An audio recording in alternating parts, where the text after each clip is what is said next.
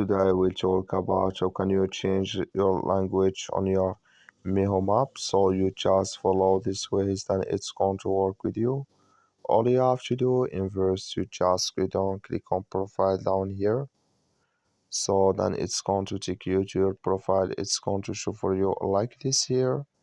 Then you click here on additional settings. You just click on it. So then you come to next step here. It's going to show for you like this. Then you just go down here, you click here on language. So then here can you select or change your language in this list here. Can you add any language here? So you have a lot of languages. Can you select any of this here? So that's all you have to do. I wish you know you accurate. That's all.